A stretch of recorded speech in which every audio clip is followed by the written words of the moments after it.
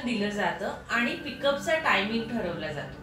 तो साधारणतः 36 तासानंतर असतो. म्हणजे आज जर तुम्ही सोनोग्राफीला येत आहात तर परवाचा टाइम तुम्हाला पिकअपसाठी दिला जाणार. पिकअप म्हणजे काय, तर आता जी वाढलेली श्रीबीज आहे ती आपल्याला बाहेर काढून घ्यायची आहे लॅबमध्ये. त्यासाठी स्त्रीला एक भूल दिली जाते.